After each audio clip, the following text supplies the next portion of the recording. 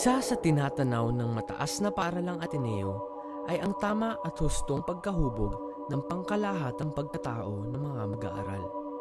Kaya na lamang namumutiktik ang iba't ibang uri ng samahan sa paaralan. Sa mga samahang ito, mas napauunlad ng mag-aaral ang kani-kanilang mga sarili.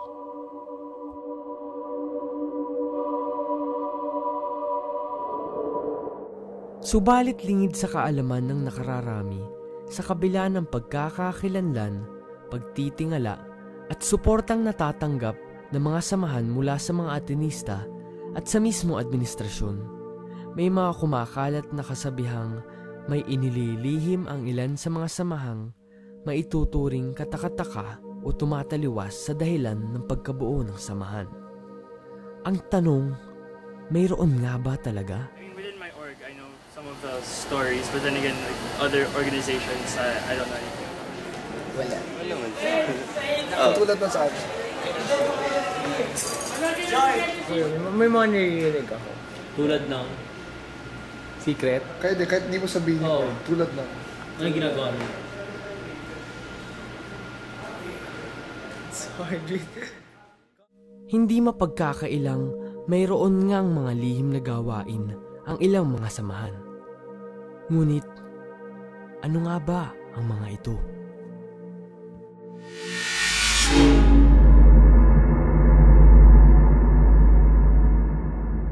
Sa alam na kami samahan, parang nagsasayaw. May birthday o kaya may nanalo, upak siya manalo. Kasi ng buong team Di lang ng high school team, pati ng women's team tsaka ng college team. Minsan, sobrang nadadala kami sa celebration. Sinasadya na kami masaktan yung tao yun. Kasi, lupit niya. Bago kami pumasok sa organisasyon yun or sa grupo yun, meron ng ganun eh. Bale, hindi naman talaga siya, hindi naman talaga siya kasasama. Parang, siya, parang kasiyahan. Kumbaga ganun lang yung touring namin dun sa ginagawa namin. Wala kaming ginagawang paraan para mailihim yung ginagawa namin. Wala rin kaming ginagawang paraan para kumalat ito. Pero kung kumalat, medyo delikado sa org namin. Kaya ayaw rin namin kumalat. Pero wala kaming paraan para itago sa amin.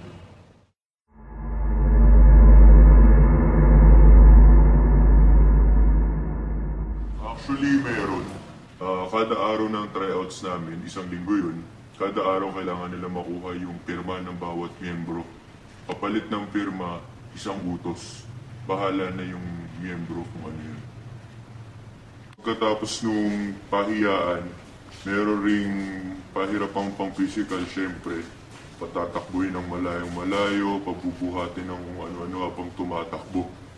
Tapos, pagkatapos ng isang linggong pahiyaan, utusan at kumbaga pahirapang pang-physical, maglalabas kami kunwari ng listahan ng mga natanggap na, tapos yayayain namin sa isang salo-salo na kung saan maghahain kami ng mga inumin.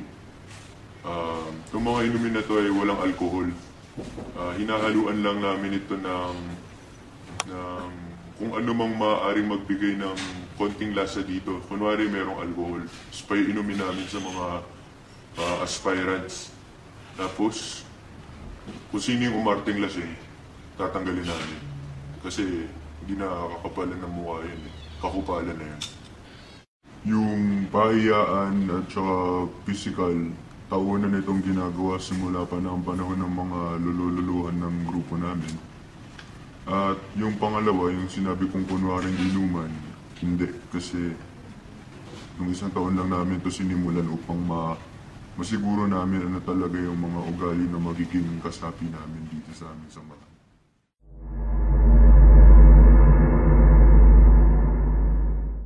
Oo, meron. Siguro nung dalawang taon na nakalipas, may pinapauso yung mga upper batchmen sa amin. Tatlo kasi yun. Isa, tawag sa kanya Angel's Breath. Parang meron kasi dating bulaklak dun sa may hall na parang may katas dun na sobrang pait. Napapatak sa yung parang ginagawa nila, yung katas ng Angel's Breath nga. Kasi yun nga, nung nasubukan ko yung mga 3 araw akong nadumikit yung lasa nung katas na yun na sobrang pait na so nakakainis. Tapos pa 7 minutes in heaven. So, parang pahihimatin ka na parang akala mo titigil kasi yung puso mo pag ginawa yun. Parang ay kinokontract yung titigil nga yung pag-beat ng puso mo. So, may time na akala mo lilipad ka. Parang ganun yung feeling. Tapos yung last, Wrath of God. Meron kasing parang sabi nila meron daw kawad dun sa covered courts na bear. Pag nahawakan mo raw siya, so makukuryente ka.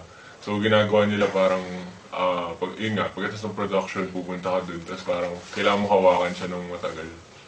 Tapos yun, makukuryente ka. Sa tingin ko ginawa nila nun dati kasi parang pauso siguro. Para masindak kaming mga bago lang sa guy. Naisip namin nung kami na yung namamahala sa org namin. Parang ayaw naman namin maging dahilan pa yun para umalis sila or matakot sila sa parang ganito pala yung org nito, parang ba't pa kami sumasali, may maginaginan pa sila. So siguro gusto lang nilang manindak yung mga nagpasimuno nun.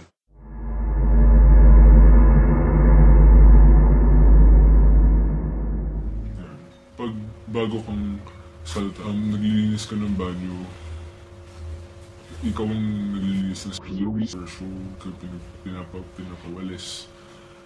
Ikaw yung utusan basically. Ilang araw bago matapos ang taon kung saan ka naging aspirant, meron kang yung may free fall, may tiwala ka sa mga. Tapos yun yung siguro yung hindi alam ng administrasyon na pag bago ka, imbes na tratuin kang welcome, tinatakot ka nila.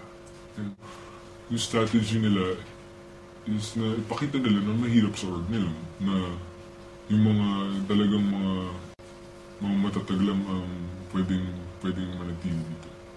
Yung sinasabi nilang white possession na ginagawa nila yung paghuhubad and say, hindi talaga na. Naging fake secret siya.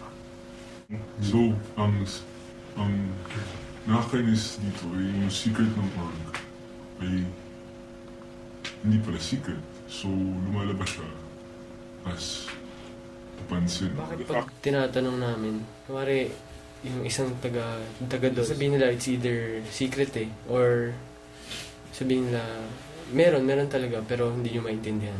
The fact na wala at kinakalat pa nilang kunyari meron, yun yung off. Sobrang off niya sa lahat ng mga sinasabing tinuturo ng eskwela. Nagkakalat siguro sila ng mga kwento tungkol sa kanila. Dahil ng mga tao sobrang bilib sa sarili. Baka may tao kasing hindi mo pigilan gusto pag-usapan sila. Para sa akin, yun yung sobrang desperate na sure na mapag-usapan kayo. Gumagawa kayo ng ganun, ng rumor na ganun ka off. Nasa school ka. Hindi naman siya all bad. Pero alumni na bumibisita. Isa rin sila kung bakit pwede ka ba sobrang hindi mo alam kung sino sila, ano bang narating nila sa buhay at ang yabang nila. Yung isa sa mga daran kung bakit kaya mo malis dahil darating ang mga sasabihin mo parang shit, ano ka ba? Parang ano narating mo, I've never seen your name before and you treat me like crap. Like say a choir master is horrible, parang the way they treat you, parang, nag-graduate na ako from school, so I'm better than you. Parang, it's a slap in the face to everyone. They like to tell the same. You're not, you're just someone like everybody else, damn it. And yung sinasabi pa nila na people who end up are cream of the crop, I think that's shit. Reasonable pugad ng mga hypocrite. And that's what makes it suck. It's fine, say Mr. Pisco tries to teach the right things, but the members are not the right things.